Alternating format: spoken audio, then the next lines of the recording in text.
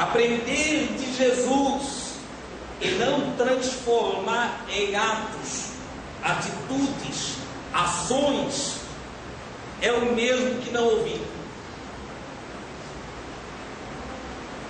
Receber os ensinamentos de Jesus e não transformá-los em prática diária, e alguns não transformam em prática diária alegando que é difícil, que não é fácil. Alguns dizem, mas não é fácil, eu não consigo, mas nem tentou. Não houve esforço, não houve querer. Nas palavras bíblicas, não houve amor pelo Senhor que envolvesse toda a sua força, toda a sua alma, e ia trazendo lá o sinônimo de alma lá. Não houve toda a sua animação entregue na busca da vontade do Senhor. Não pode dizer, olha, eu busquei de todo o meu coração, com todas as minhas forças, de toda a minha alma. Enquanto isso não existir em nós, nós não passamos de religiosos bobos, que vamos e voltamos dos cultos, e que enganamos a própria alma, dizendo eu sou crente, quando na verdade não somos, posto que a crença verdadeira é aquela que me leva à prática dos ensinos que recebo. Se a minha crença não me faz transcender para uma experiência verdadeira com Deus, a minha crença é tão barata, e o seu valor é como a areia movediça, pois que o próprio Cristo disse, aquele que ouve as minhas palavras e não as pratica, eu vou assemelhá-lo ao homem imprudente, que edifica sua casa na areia. Um dia caem as chuvas, formam correntes de águas, batem com ímpeto naquela casa e simplesmente ela não consegue ficar em pé,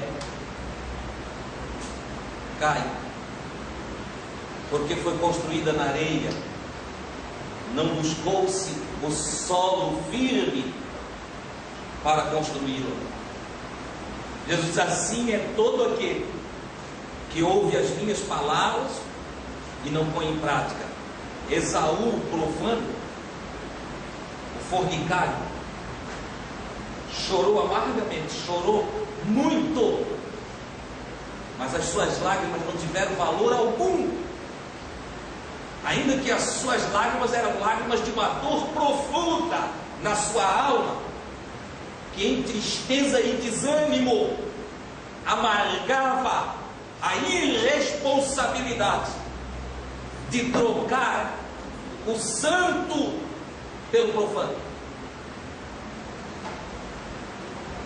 de trocar o que é santo da parte de Deus por coisas banais. Um homem que não levava a sério a bênção do Senhor na sua vida, e que, sendo abençoado e recebendo de Deus privilégios, não deu valor ao que Deus deu para ele, e simplesmente brincou com as coisas de Deus, tratou as coisas de Deus de qualquer maneira, levava de qualquer forma, zombava das coisas de Deus. Esse homem chegou um dia da sua vida que agora, por causa do seu próprio pecado, porque não há pecado maior do que desprezarmos o Senhor. Jesus chega a dizer no Evangelho que a condenação é que Deus enviou seu Filho ao mundo para nos ensinar a luz, para nos ensinar a verdade, para nos conduzir à justiça. Foi para isso que Jesus veio. Jesus veio falar da verdade e veio ensinar a andar na luz. Mas os homens amaram mais as trevas do que a luz. E ele diz: a grande condenação da raça humana é que os homens não creram no Filho de Deus. Não tem pecado maior. Aí nas igrejas, se alguém adultera, é o maior pecador do mundo. Se alguém comete qualquer outro pecado, é tido como o maior pecador do cosmos. Mas Jesus diz que não. Ele diz que a condenação é esta: é não crer no que o Filho de Deus diz. Não tem pecado maior do que ouvir a mensagem do Evangelho e não desejá-la, e não querer vivê-la, e não querer aplicar na vida. Não tem pecado maior do que dizer: eu não consigo, sem ao menos tentar. Porque cada vez que Jesus fala algo e eu digo: olha, eu não consigo, eu estou dizendo: Jesus, estás me dando carga que eu não posso levar. E não é verdade. Jesus nunca nos sobrecarregou. Pelo contrário, Jesus nos alivia. Jesus nos traz jugo leve. Sim, fardo suave. Não há sobrecarga em seguir. O que o mestre dos mestres nos ensina é a praticidade da vida mesmo, porque ele diz: eu sou a luz do mundo, e se alguém me segue não anda na escuridão. Quem me segue sabe o que tem que fazer, enxerga a vida. Quem me segue está às claras, está com sabedoria, está com ciência. Quem me segue não anda enganado, não anda na escuridão. Quem me segue enxerga os tropeços e se desvia deles, porque eu sou luz, e luz para a vida, e luz da vida. Louvado seja Deus, de sorte que nenhum de nós, pode dizer que não dá, que não consegue, que é difícil, que não sei como é que vou fazer. Não.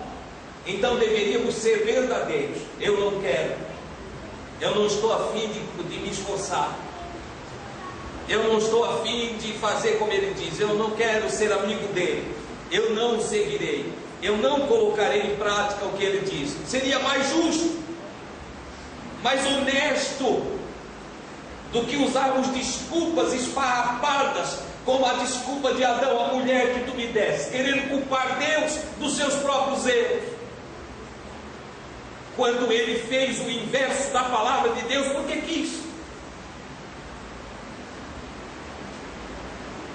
Precisamos nós hoje nos conscientizarmos disso também. Seguir a Jesus, ouvir suas palavras e colocar em prática na nossa vida é uma decisão que cada um de nós deve tomar. E isso implica em querer ou não. De sorte que andar nas trevas, viver nas trevas, é uma escolha. É uma escolha. Quem vive errado, quem vive pecando, quem vive ruim por dentro, quem vive angustiado, quem vive sem esperança, quem vive o mal interior, quem vive infernizado, quem vive dando ocasião ao maligno, vive por escolha própria. E essa escolha se dá no exato momento em que você não decide, ou que eu não decido seguir a Jesus.